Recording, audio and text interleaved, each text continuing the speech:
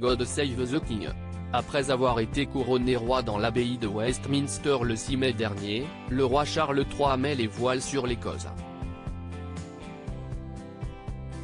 Celui qui a été prince de Galles entre 1959 et 2022 recevra également les honneurs de l'Écosse le 5 juillet prochain à l'occasion d'une deuxième cérémonie qui aura lieu en la cathédrale Saint-Gilles d'Édimbourg. Défilé militaire, cortège royal, couronne, fanfare, une cérémonie en grande pompe attend les Windsor. Reste à savoir si les Écossais seront si enthousiastes que cela devant la pompe anglaise. Nos confrères de la BBC redoutent en effet un événement sous tension.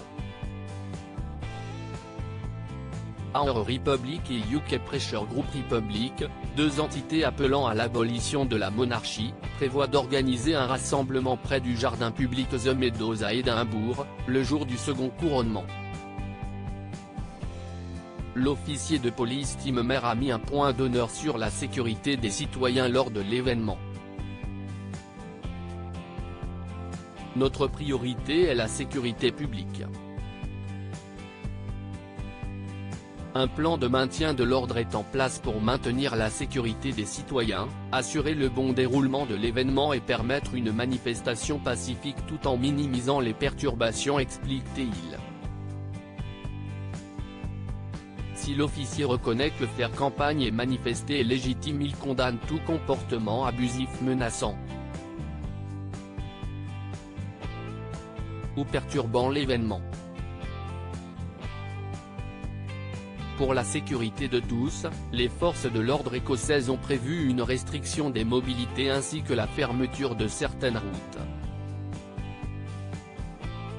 Charles III et Camilla de retour en Écosse avec le sourire. 40% d'Écossais indépendantistes selon un sondage après le Brexit. L'exit ? Le peuple écossais est divisé lorsqu'il s'agit de mettre sur la table le sujet de la monarchie.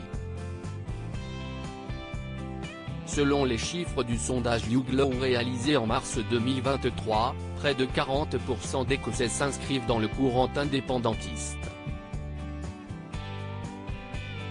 Rappelons aussi que l'ex-première ministre écossaise Nicola Sturgeon a cédé sa place le 28 mars dernier à Humza Yousaf, chef du parti indépendantiste écossais, SNP, et fervent partisan de l'indépendance de l'Écosse.